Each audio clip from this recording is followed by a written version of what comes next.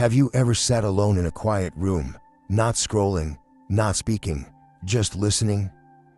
Not to the outside world, but to your own breath, the silent echo of your thoughts, the steady rhythm of your heartbeat. After 60, many people find themselves here for the first time. Not because life demands their attention, but because life has finally slowed down enough to offer it back. The children are grown.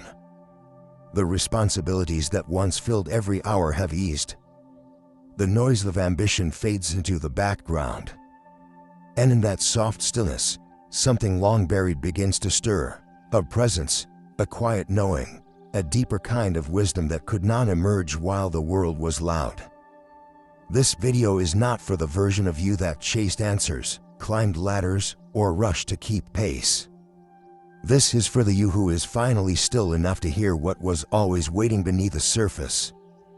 This is for the you who understands that life's greatest insights are not found in more doing, but in deeper being.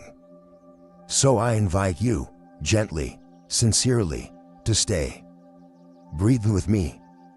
Let us walk together through 8 simple but profound truths. Truths that you were always meant to realize, but only now, with time as your companion and not your master, can you truly receive. Lesson 1.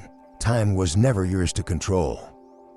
We grow up believing that time is a ladder to climb, each rung a goal, each year a milestone. Our calendars become battlegrounds, filled with appointments, beauties, and deadlines that chase us like shadows. In youth, we mistake speed for progress and control for mastery.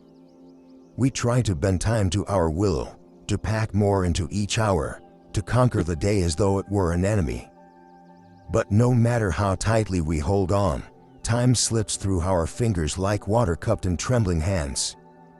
After 60, a quiet shift begins. The illusion of ownership starts to fade. You no longer rush as you once did, not because you've grown tired, but because you've begun to understand. Time is not a possession. It is a guest. It visits for a while and then moves on, regardless of how loudly we plead or how tightly we grip. And in that truth lies both sorrow and liberation. Sorrow, because we see how much we once overlooked, the ordinary sunlight on a wooden floor, the smell of tea cooling beside us, the silence between words with someone we loved. But there is also freedom, because we begin to understand that we never had to chase time to begin with. We only had to arrive fully in the moment it was offering. The Buddha taught, do not dwell in the past, do not dream of the future, concentrate the mind on the present moment. These words are not merely instructions for meditation cushions. They are a key to living with grace. When you are fully present, even a single moment becomes eternal. A breath, a breeze, the glance of a friend, they become sacred, not because they are rare, but because they are truly seen. I remember a layman who came daily to our temple, a widower in his 70s. Each morning, he would sweep the stone path to the shrine, his movements slow and steady, never hurried. Once, I asked him why he took such care, even when others waited. He looked up with kind eyes and said, because the path is not going anywhere, but my breath might. In that moment, I understood something deeper than books could teach. When we cease to rush, we begin to touch the timeless. Time, in the Buddhist view, is a conditioned phenomenon, part of the illusion created by attachment to self and permanence. It is not something to defeat, but something to observe. We speak of impermanence not to depress the mind, but to awaken the heart. All compounded things are subject to decay. To see this clearly is not despair, it is to bow to the natural rhythm of existence. So when you wake in the morning and feel the sun gently touching your skin, do not ask how much time you have left. Ask instead, am I truly here for this moment? For if you are, then time has fulfilled its gift. Not by lasting longer, but by becoming real. In the end, it is not the length of time that brings peace, but the depth of presence. And this is the wisdom time has been waiting to give you, once you were still enough to listen. Lesson 2. Relationships are mirrors, not possessions. When we are young, we enter relationships with a belief that they are things to acquire, to keep, to define. We hold on tightly, believing that love means ownership, that closeness means control. We shape others in our mind, not as they are, but as we want them to be. You belong to me, we say, not always with words, but with expectations. We rejoice when they meet our ideals, and suffer when they do not. In this grasping, we call it love, but often, it is only attachment wearing a beautiful mask. But age, with its gentle patience, softens the grip. After 60, the edges of our expectations begin to blur. We start to see relationships not as possessions to guard, but as mirrors to observe. Each person who has passed through our life, the ones who stayed, the ones who left, the ones who broke us and the ones who healed us, they were all showing us parts of ourselves. The joyful ones reflected our own capacity for light. The difficult ones revealed the wounds we carried. The ones we lost opened a space where longing lives, and the ones who stayed showed us where trust could take root. There was once a woman who came to the monastery, her eyes heavy with grief. She had lost her husband after 40 years of marriage. "I feel hollow," she said, "as if I'm only half a person without him." I did not offer her comfort in the form of false reassurance. I simply held her gaze and said, "Perhaps the emptiness you feel is not what he took away, but what he helped you open inside yourself." She began to cry, not from sorrow, but from recognition, the recognition that the love she had known had uncovered something sacred within her, not taken it away.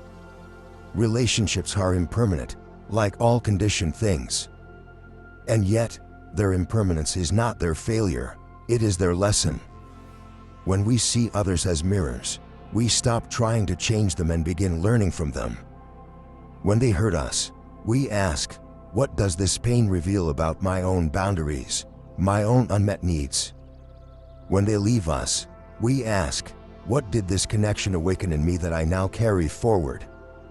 And when they love us well, we do not cling, we bow in gratitude for the glimpse they offered into our own worthiness.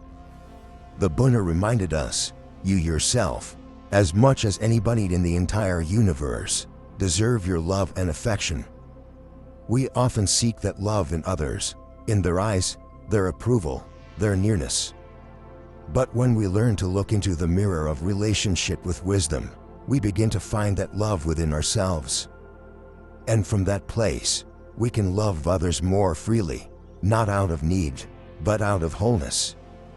To love without clinging is not coldness.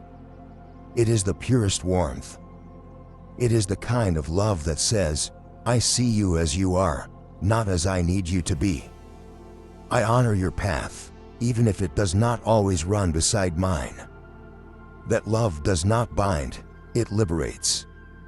And in that liberation, we discover that the greatest gift we can offer another is presence, not possession. So let every person who enters your life be a reflection. Let them teach you where you are open, where you are guarded, where you are growing.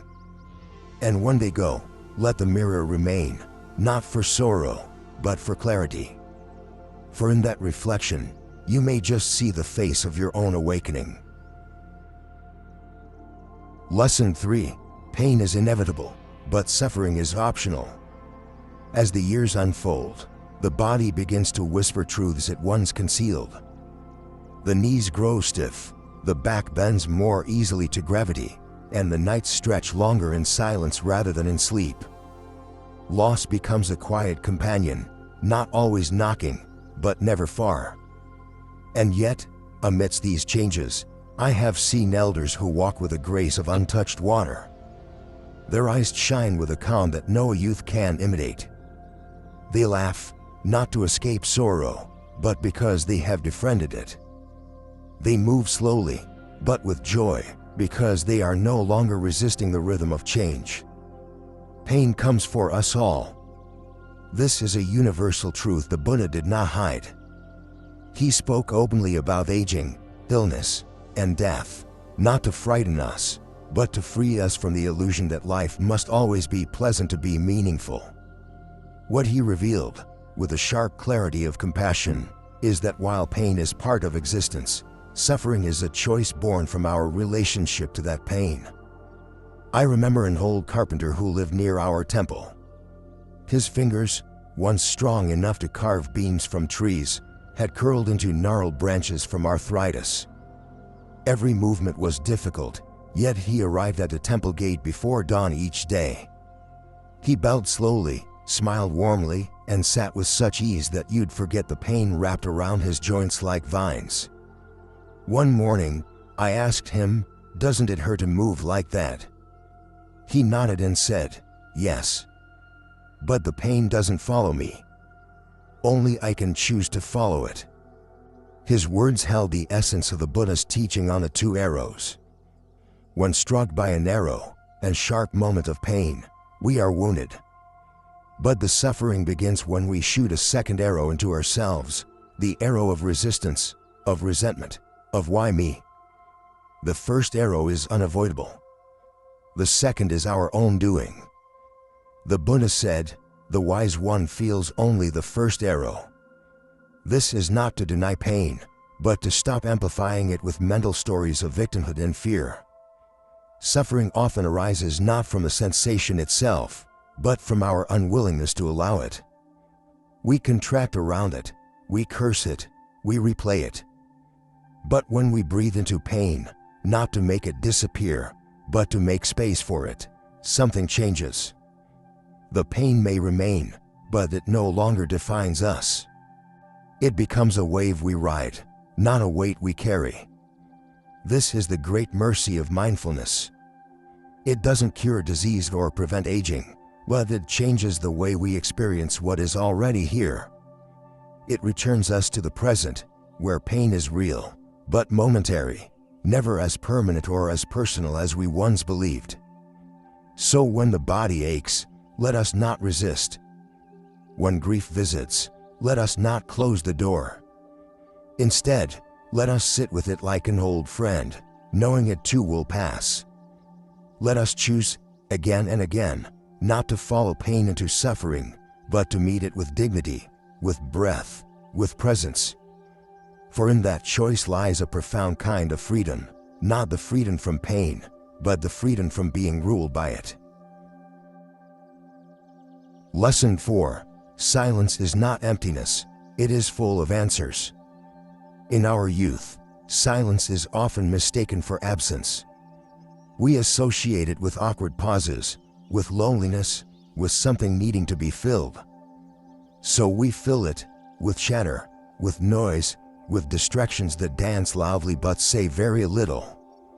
We fear the quiet not because it harms us, but because it reveals us. And so, we run from it, mistaking movement for meaning and sound for substance. But with age comes a softening. After 60, silence no longer feels like a void to be escaped, it becomes a presence to be welcomed. It is no longer a gap between words, but a space where truth can finally breathe. You begin to notice that in silence, your thoughts are not shouting, they are simply being heard. In silence, the world does not fade, it unfolds. A bird's song, once background noise, becomes a message.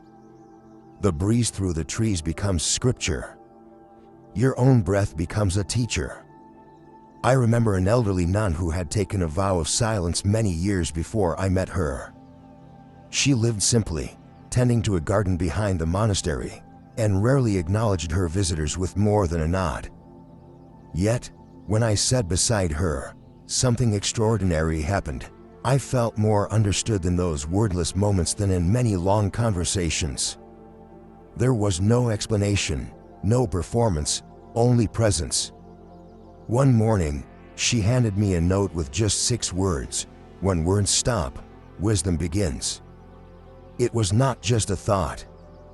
It was a truth lived. Silence in the Buddhist path is not a punishment, nor is it a withdrawal from life. It is a return to the center of being.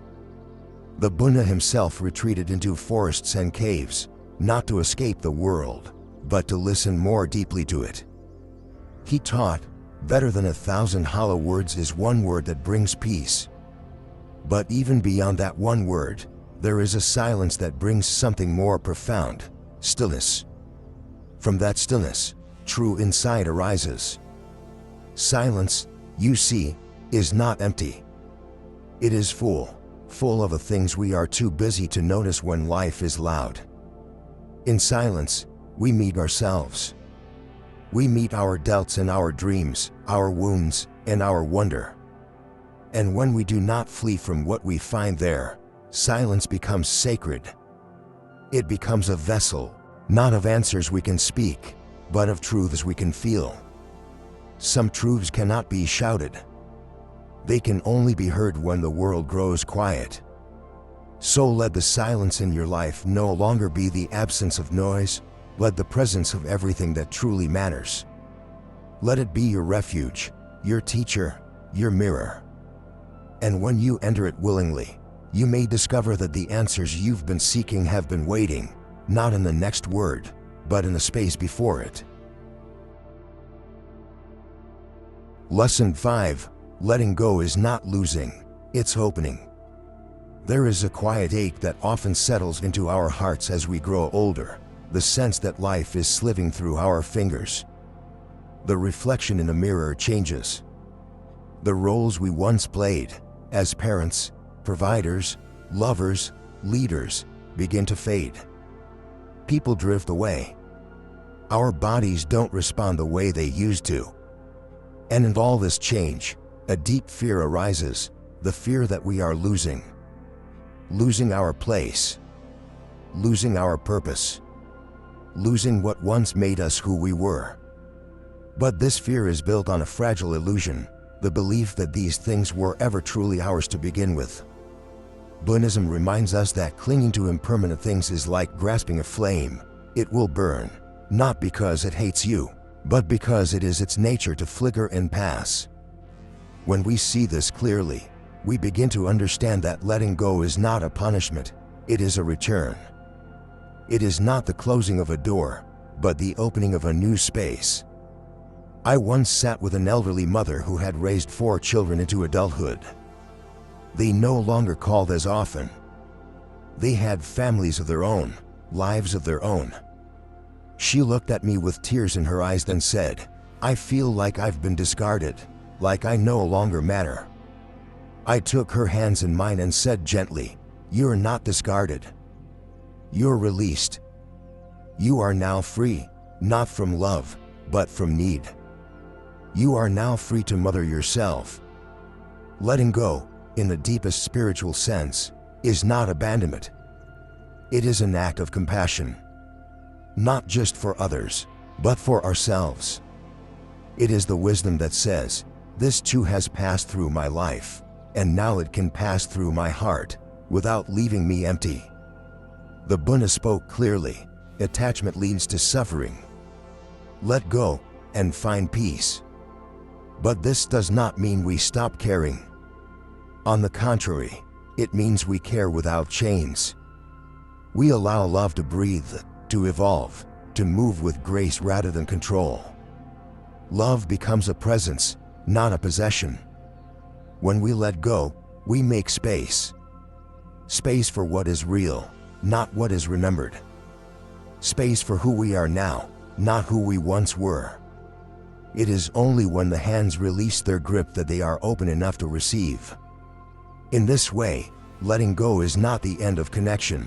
It is the beginning of a new kind of intimacy, with life, with others, with ourselves. So if you find yourself mourning what has passed, do not close your heart. Open it wider. Let the sorrow in. Let it teach you how to bow without bitterness. Let it show you how to hold without holding on. For everything you thought you lost has only made space for something deeper to be known. Letting go is not the end. It is the beginning of living unburdened, with hands open, heart full, and spirit free. Lesson 6. You are not your thoughts. You are the one who observes. The mind is a remarkable instrument, luminous, agile, endlessly creative. But it is also a restless trickster. It invents fears that never come, regrets that cannot be changed, desires that vanish as soon as they are fulfilled.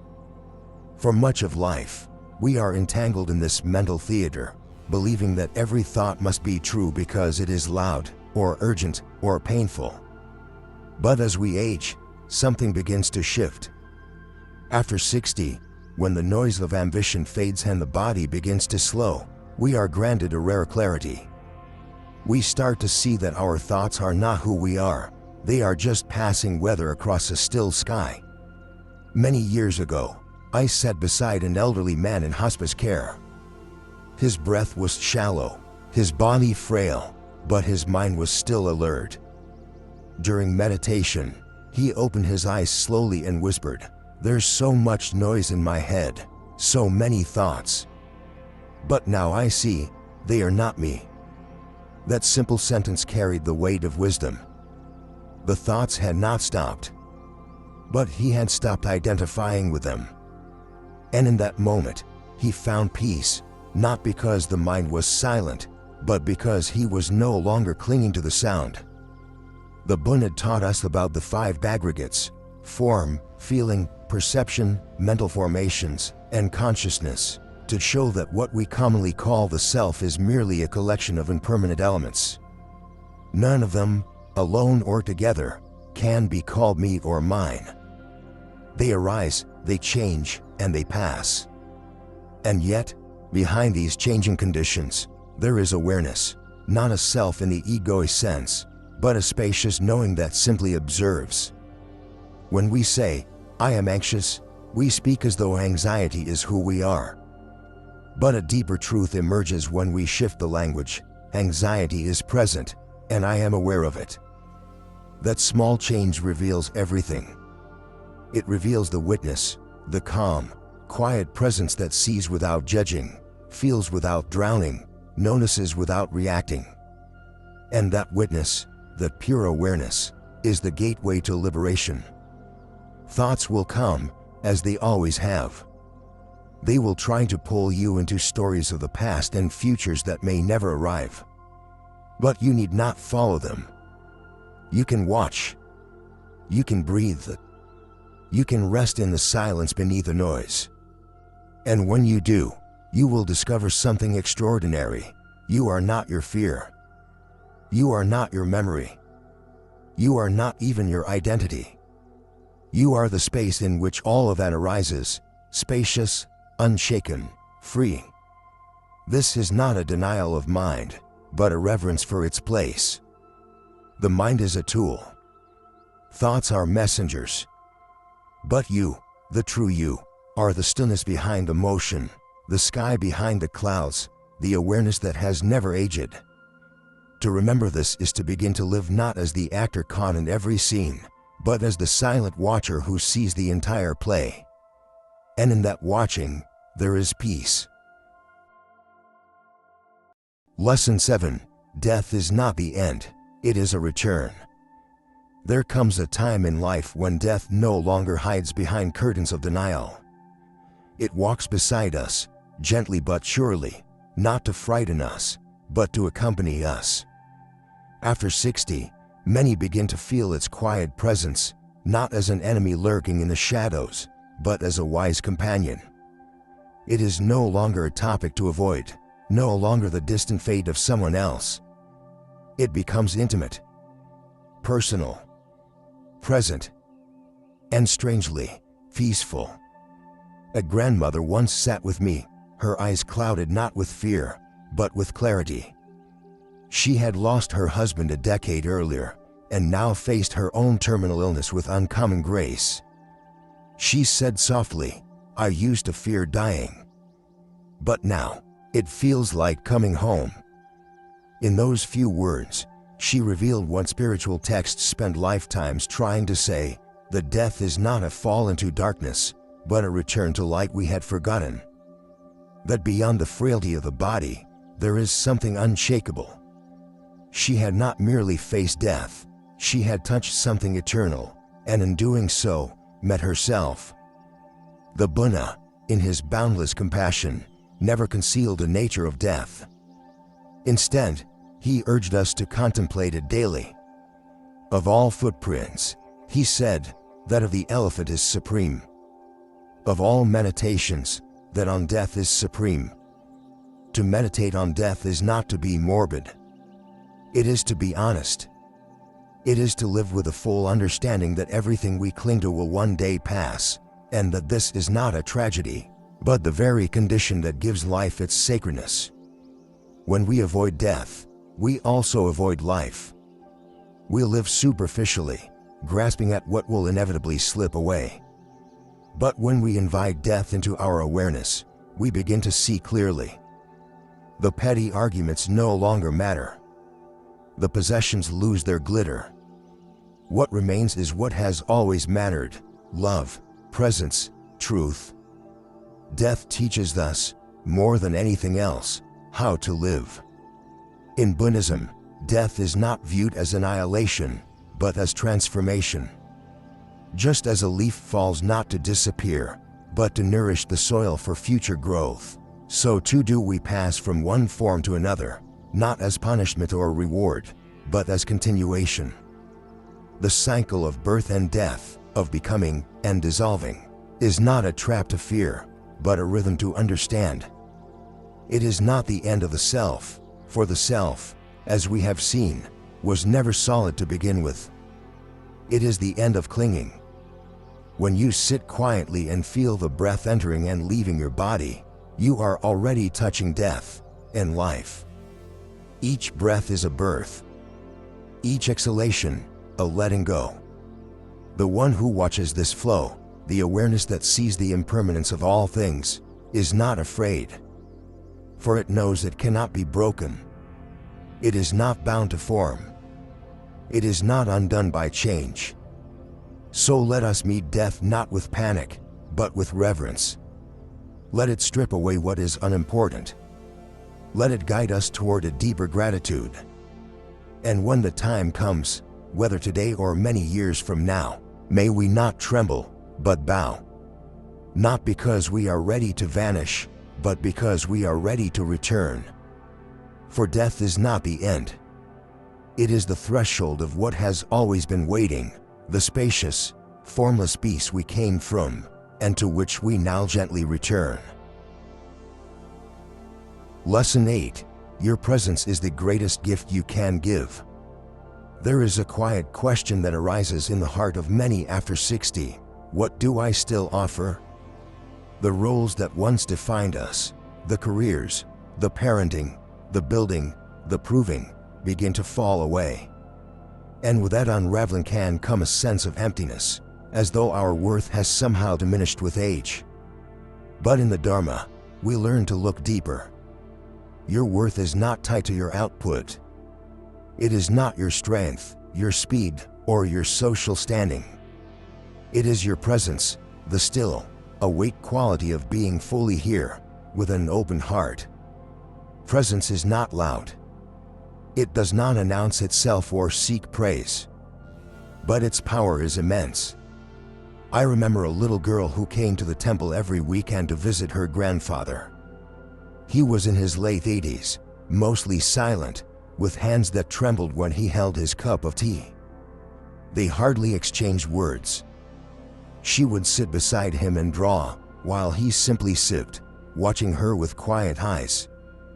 One day, someone asked her why she came so faithfully.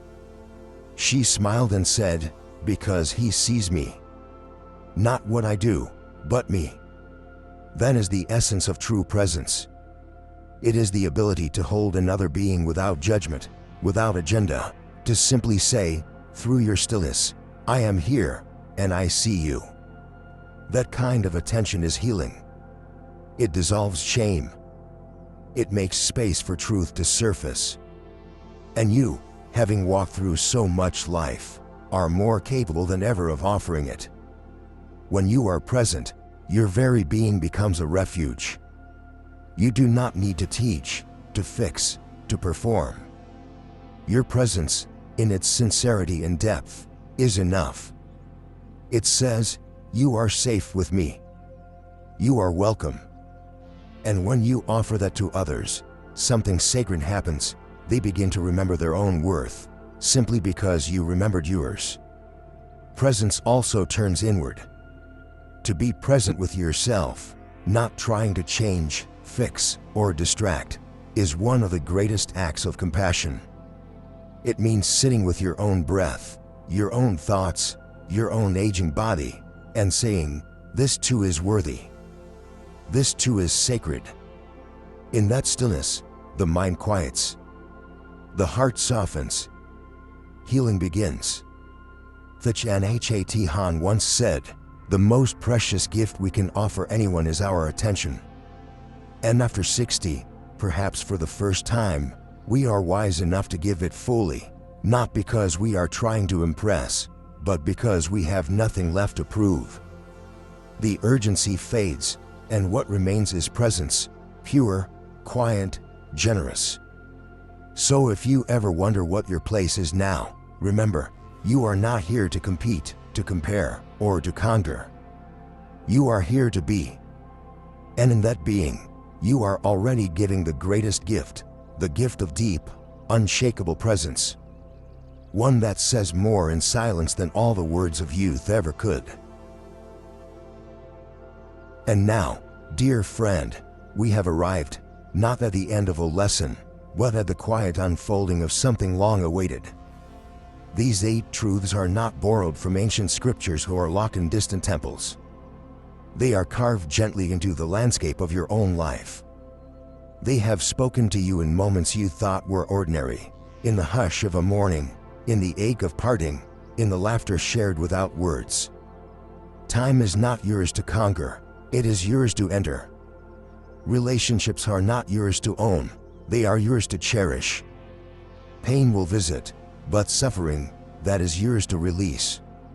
Silence is not the absence of life, it is the depth of it. Letting go is not loss, it is liberation. Your thoughts are not you, you are the stillness that watches them pass. Death is not a wall, it is a doorway. And presence is everything. There is no need to begin again. You do not need to rebuild, reinvent, or become someone else. You need only to return to who you already are when everything untrue falls away. That quiet, steady presence beneath all the noise. That gentle awareness that has been waiting, patiently, for you to come home.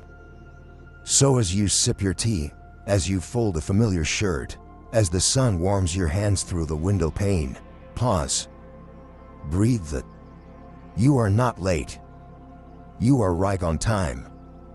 This is not the life of youth, grasping at more.